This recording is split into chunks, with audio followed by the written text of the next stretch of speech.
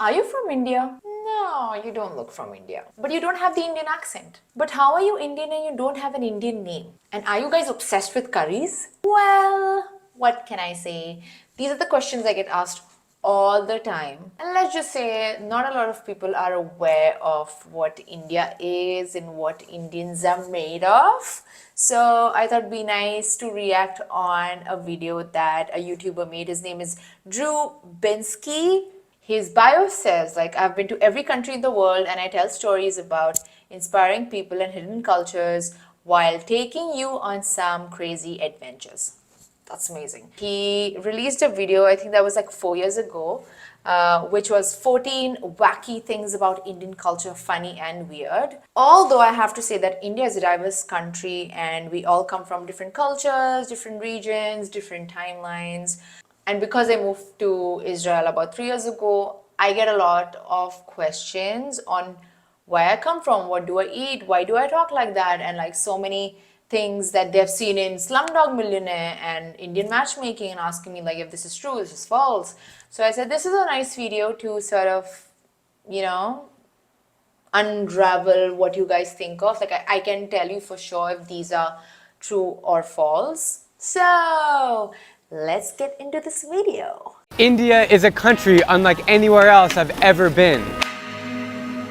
It's diverse yet spiritual, peaceful yet chaotic. I have no idea what's happening right now, but in the mornings, it's the best time of the day to explore. You have 1.4 billion people that come in all shapes, colors, and sizes. Bye. Thank you. Thank you. Speaking 720 dialects and practicing a half-dozen major religions. For every church I see, there's 2 mosques and 3 Hindu temples.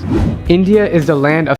Oh, I also have to say, like even if there are Jews in India, like we are a minority, but there are a lot of synagogues. Like obviously if you compare to temples and mosques and churches, not so many, but we do have synagogues in India. And there's never a dull moment, even if it's overwhelming. After spending almost 4 months traveling across the Indian subcontinent, I've noticed many things that are only found here. So allow me to introduce you to 14 wacky things. Okay, I have to say that 4 months is enough time, but not enough time for India because India is vast and like city to city, it varies so much, like the way you speak and the language and the pronunciation and like how people treat each other. It is so different. I still feel like 4 months isn't good enough time, but let's just go with this.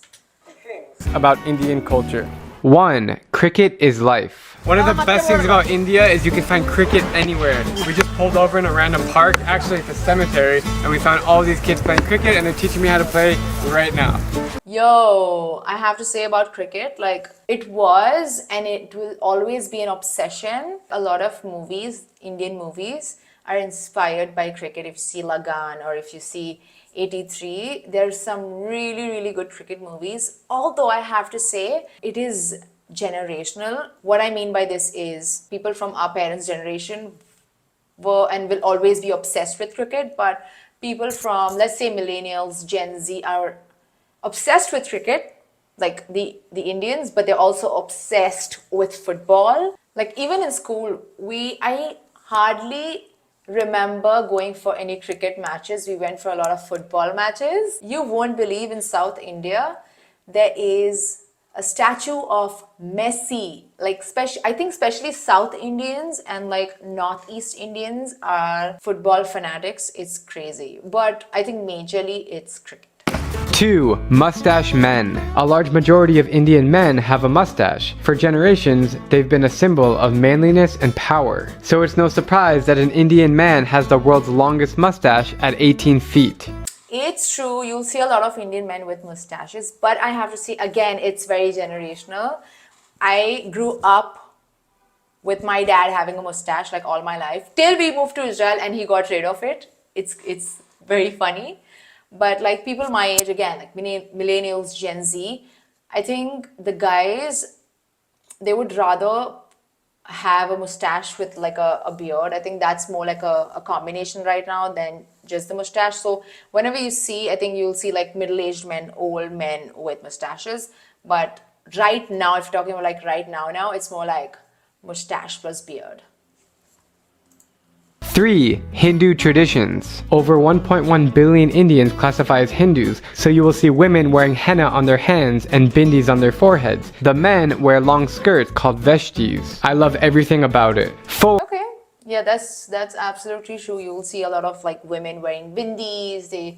You'll also see them wearing a lot of like toe rings, and usually mehendi is applied or henna is applied for weddings or like ceremonies and stuff like that. And also like men wearing skirts. To be honest, veshtis is the first time I actually like hearing of the term veshti. You would actually say lungi, but I think this is like new information to me as well. 4. Eating with hands. All across India, people prefer eating with their hands over utensils. It's one of my favorite things about Indian culture because it allows you to connect with the food on your plate. 5. Okay, so also like this part specifically, like do you eat with your hands? Okay, let me tell you one thing. We all grew up like as Indians. The fact that you touch your food and eat is a sign of respect, and it also like helps you indulge with the food you eat. Why do you think it's called foodgasm? Because you use all five senses. You know, you watch it, you watch the colors, and then you smell it, and then you actually hear how it sounds. Is it like crunchy? Is it slimy? Is it mushy? And then you taste it, and you also touch it. So when you use all your five senses, it's a great experience. And also, it's not like just putting your hand in and eating like that.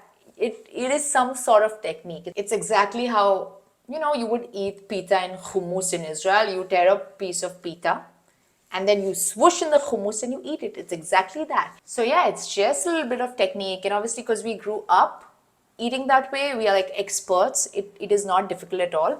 And I want to clear out that we are taught, and even today we practice it. Before eating, we wash our hands, and only then we touch our food. And also it depends like on the kind of food you eat. For example, if it's like roti vegetable, yes. If it's like rice and dal, yes. Papad, yes. But if it's soup, we don't usually obviously like touch soup. There are like soup spoons. But I believe that it's the best way to eat your food. Head wobbling. When you are speaking with an Indian in a conversation, they will wobble their head in many directions. It can mean yes, no, maybe, or just a nod of acknowledgement. 6. Oh my gosh. Yes, this is true. I believe it's better than a poker face. We are very expressive people, and a way of saying yes, no, maybe is a head wobble or a head nod. You can also find out like what the person is trying to say. For example, if it's a fast head nod, it means it's usually a positive answer. If it's like a slow head nod with like a little bit of like a question mark expression, then it's probably maybe or no. But it's better than not expressing it all. Bromance. It's not unusual for male friends to hold hands or hug each other in public. Westerners might see this as being homosexual, but it's certainly not viewed the same in Indian culture. 7. Okay, I have to say that like physical affection is a part of the Indian culture, be it men, women. You know, you hug, you sort of like put your hand on your friend's shoulder. Doesn't matter if it's like guy, girl, or even like a guy and a girlfriend, to be honest. We are very like physically expressive with each other. So yeah. 7. Thumbs up. Sorry, Coca-Cola, you're not number 1 in India. Out here, it's all about thumbs up. Okay, my first time trying thumbs up. Tastes exactly like Coke. Not exactly, a little bit different, a little stronger flavor than Coke. Okay, so here's the thing about thumbs up. Like thumbs up was launched by Parle. Like it's an Indian brand, and then Cola tried to finish it in the Indian market, and then eventually Coca-Cola bought thumbs up. And I guess, to be honest, I don't like thumbs up, but a lot of my friends do. I don't know, like it's tasty to the Indian palate. It's like frizzier, and it's like it has that kick that probably Cola and Pepsi don't have. They were very good with marketing. Like their tagline was "Taste the thunder." The fact that I still remember it is like insane. A few years ago, its market share was almost 85%. It's great to know that thumbs up is still like the preferred beverage in India. 8. Cows blocking road. In India, cows are sacred and worshipped. As a result, the country has 283 million cows, with 7 million being homeless. Stray cows are often seen all over the roads and blocking traffic. These numbers are astonishing, but to be honest, like it depends where you are traveling. Like if you are in metropolitan cities, you will not see as much as you do in villages, and it's pretty normal. And you know what? India is the only country where you can say holy cow and actually mean it. It's true.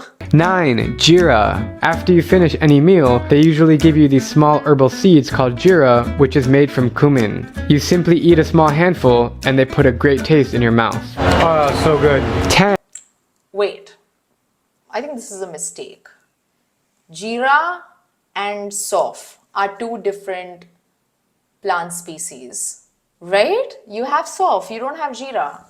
I'm right. So, okay, I think in some places they might eat jeera, I'm not so sure, but usually it's sof, it's fennel. Sof is fennel, so usually people have fennel, and it's usually coated with like mint and sugar and like candy, and we would rather have those as mouth fresheners than Mentos or like other mouth fresheners. And it's really playful, to be honest. It's really good for your teeth and also like for your digestion. But yeah, it's not jeera, it's soft, it's fennel. 10. Weddings. Fact: nobody celebrates weddings as over the top as Indians, and it's kind of amazing. Many marriages here are arranged. My name is Vincent.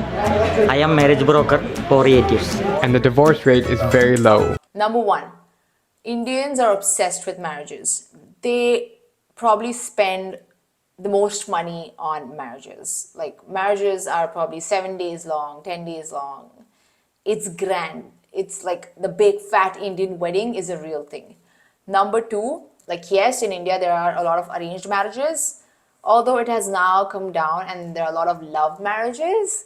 Talking about divorce rate, I'm not so sure. Like yes, because it was always a thing to like, make it till the end and like adjusting, blah, blah, blah.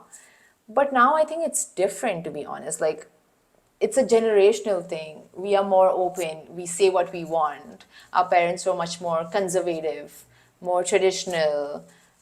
It was more about what would people think and what would people say if you like get married to someone from a different religion or from a different caste. We are much more vocal, I guess. So, but yes, somewhat yes. 11. 90% men. For some reason, I've noticed that the vast majority of people on the streets are men. So I'm always wondering, where are all the women at?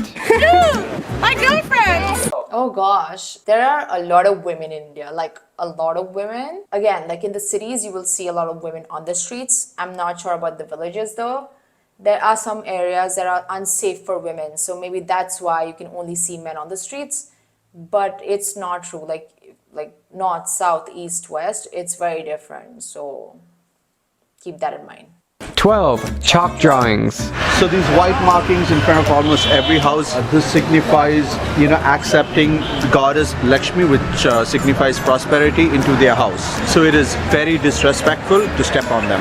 Rangoli represents happiness, positivity, and liveliness of a household, and it's intended to welcome Lakshmi, the goddess of wealth and good luck. I think it's a very, very beautiful thing that Indian culture has. And also, like in school, when we had drawing competitions, we also had Rangoli competitions, which was really cool because you needed to have a technique to draw. You had to be like very, very, very skilled to like, draw those fine lines and like fill the colors, and it was amazing. But yeah, Rangoli is definitely a thing in India. 13. Charcoal ironing. Here in India, some of their irons, they run on charcoal, not power. How long does it burn for? 3 hours. I miss my istri wala. Okay, istri in Hindi / Marathi is iron. So istri wala literally means iron man. So all of us in India, again, I wouldn't say all of us, but most of us, we had an iron man who used to sit in, he had a small shop in the gullies, and I think once or twice a week, I would take all our clothes, like my mom, dad's, my sister and I, especially cotton clothes, we used to take it over to him, And we used to tell him we'll come maybe tomorrow morning, come and collect, or maybe by evening. And he would like press all of them and keep it ready. And it was like the best thing ever. I never had to worry about my school uniforms specifically. I would never have to worry about them because they were so pressed. They were, you know, nicely pressed, and they were so warm when I wore it. And I miss that in Israel. Like this, they're like steam irons. It's nothing compared to like charcoal irons, to be honest. But I like this still is there in India. 14. Saying W for V. Indians have a hard time saying the V sound, so they usually turn V's into W's. Kids are made to do, but I had to do that 100 times when I was a kid. It's like my name is Treasury Wala, and for years people have been saying Treasury Wala, so I cut off the Wala and I'm like, hey, I'm Treasury. So there you have it. 14 Wait a second. I am not convinced. I feel like we have a very, very clear accent and clear pronunciation. And I don't know why there's like the V and the we. I think we say it very clearly. It's not like, it's not Leviosa, it's Leviosa. It's not like that. Like, I think we speak very, very clearly. We and we. Like, we can differentiate. I don't know. I disagree with this. I agree to disagree with this. wacky things about Indian culture. If you see or hear any of the things mentioned above, then you can be sure you're traveling in the one and only country called India. Good hand movements. Man. That guy I'm is Drew so Binsky, and if you like my savage. travel videos, please click subscribe and join me as I plan to visit every country in the world. My overall point of view about this video is like, let's say 70% of it is true. But the modern India is very different from India that was like a few years ago. But I really, really appreciate YouTubers and like YouTubers like Drew going to India and like creating videos like this. It is very important to know other cultures. And I always felt like, and I always feel like as an Indian, you know, there's so many things that people ask, maybe out of curiosity or maybe out of, I don't know, the movies that they see. It's not the India that I come from. I come from a very diverse place. Like, even if I was born and brought up in the West, I still identify as Indian, like North, South, East, West. I carry that with me at all times. It's built my personality, and it's very nice to see people from the West making videos on India. It's nice. It makes me happy. But clearly, I have identified what is right and what isn't. Again, I'm saying it again. Whatever I think as an Indian is like my opinion. My other fellow Indians may or may not agree with it, but because I grew up in India, like this is what I think, and this is, I think mostly everybody will agree with me. But if you have any comments, please go in the comment section and let me know what you guys think about the things that were discussed in this video. I think it was a very, very cool video. But again, 4 months isn't enough time to explore India. Maybe 6 months, minimum of 6 months is required. North, south, east, west, northeast. Clearly, like you can't explore India in just like one visit. Maybe a few visits within a few years, like over a period of few years. Definitely yes. I'll see you next time.